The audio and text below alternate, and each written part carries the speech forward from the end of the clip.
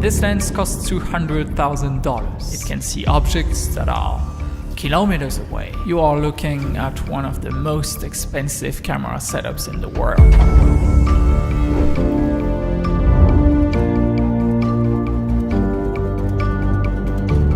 Have you ever wondered why TV production companies still use very big and expensive cameras? I mean, come on, why can't they just use DSLRs with zoom lenses that can shoot 4K in high quality, they're not expensive, they're lightweight? Well, actually, there are a few reasons why we can't really use these type of cameras in a broadcast environment, and this is exactly what we're going to see today.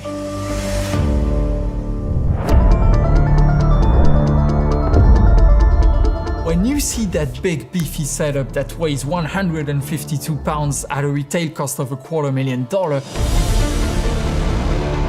you have to know that the camera itself is actually quite small, because most of the cost and weight come from the accessories that surround it. The first one being the lens, which can be much bigger than the camera itself, and in the setup you're seeing, the lens costs 70 times more than the camera. The main concern about shooting a live performance is that you don't always have that much choice over camera placements. In a football match or a concert, for instance, you can't really put your camera right in front of the player for your medium shot, right? Therefore, it's rather common to have cameras far away from the action. So you need a lens that has a long focal length to reach far away.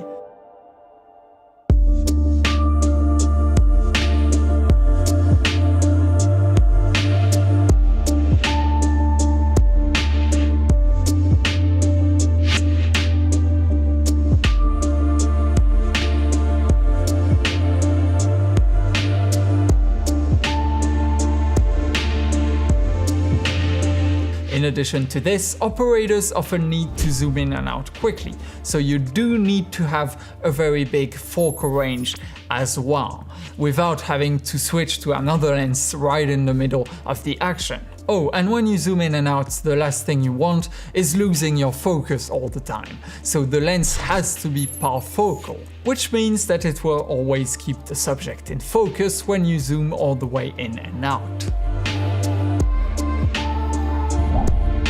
Also, when you are doing a tight shot, you can't really touch the lens directly to change your focus, because at a long focal length, the slightest tap would strongly affect image stability. Thus, the lens needs to have remote control motorized aperture, zoom and focus controls. The zoom mechanism has to support extremely fast zooms to check focus, as well as very slow movement for subtle emotional moments. Finally, there are many situations where lighting conditions aren't ideal, so the lens has to have a big aperture. In a nutshell, a broadcast lens must have a long focal length, variable zoom with a big focal range, a big aperture, parfocal capability, image stabilization, and motorized controls with high precision. You can find plenty of photo or even cine lenses that offer a few of these features, but none of them offer all of the features at once in one single lens, and because it's very hard to make. For instance, the UA107 box lens from Fujinon can zoom from 8.6mm to a whopping 1800mm with its built-in extender, with a maximum f-stop of f1.7, which is pretty nice. Now, most broadcast cameras use 2/3 inch sensors, which I think have a crop factor of 3.93, so the full-frame equivalent lens would be a 33 to 7020mm, which is huge.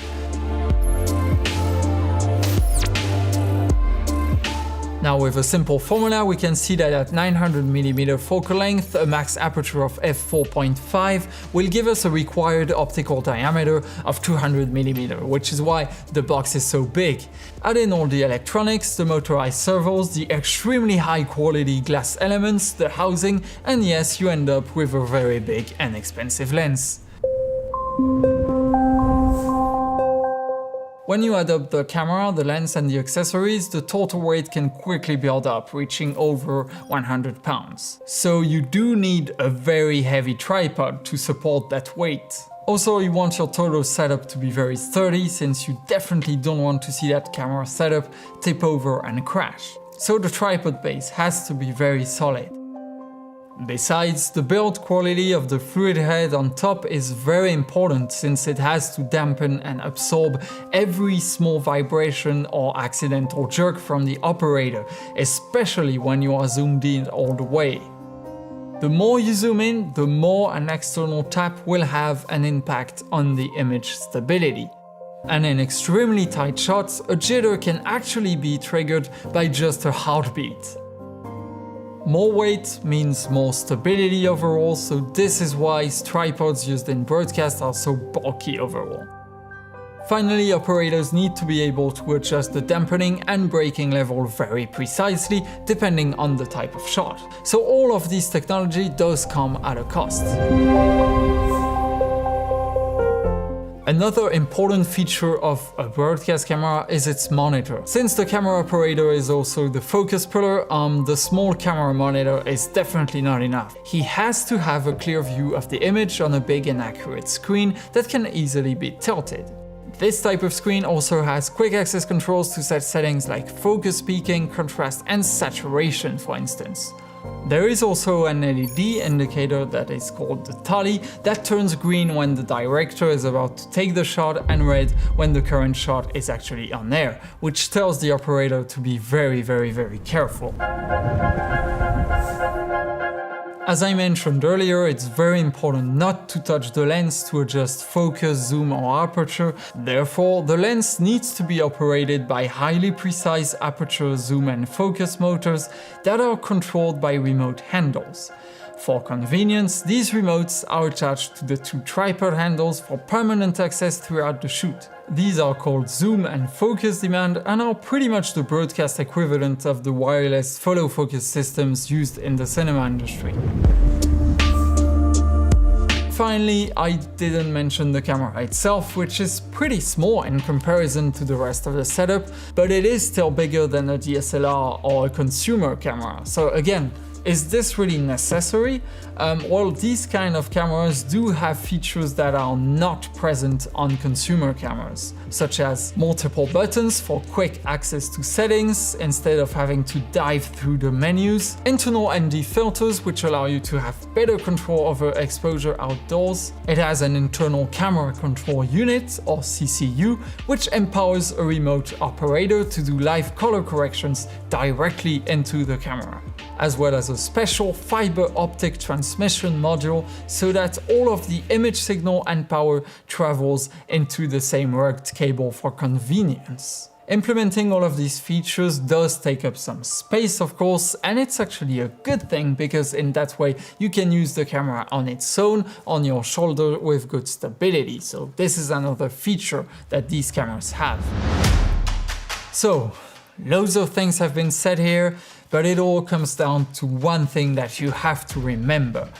In traditional video, it's the environment that adapts to the camera, which means that you can redo takes, you can switch lenses, you can move the camera wherever you want. In broadcast, it's the opposite. It's really the camera that has to adapt to the environment all the times. So you have just one shot and you really need to maximize efficiency to capture as much action as possible. So it's this one-size-fits-all approach which makes these broadcast cameras very big and expensive. This huge box lens setup isn't the only broadcast configuration available. You can also use the camera on its own with much shorter range lenses. Of course, they also make lenses that have a price tag much closer to this 3000 Ursa broadcast from Blackmagic Design. It's a camera that I personally have and I use on a regular basis. I want you to know that I was not paid by any brand to make this video. It's really out of my personal initiative, but I did ask Blackmagic Design to lend me most of the gear that you can see at the back there. So I would really like to thank them for accepting my request and making this video possible. Also, I did pay for a complete rental of the lens and tripod at a company called Video Plus France. So this video overall wasn't very cheap to make. I really hoped you liked it. And if I said something inaccurate, please correct me in the comments. I'd be really happy to read you to just have your thoughts on the video anyways. So in any case, thank you very much for watching and see you very soon.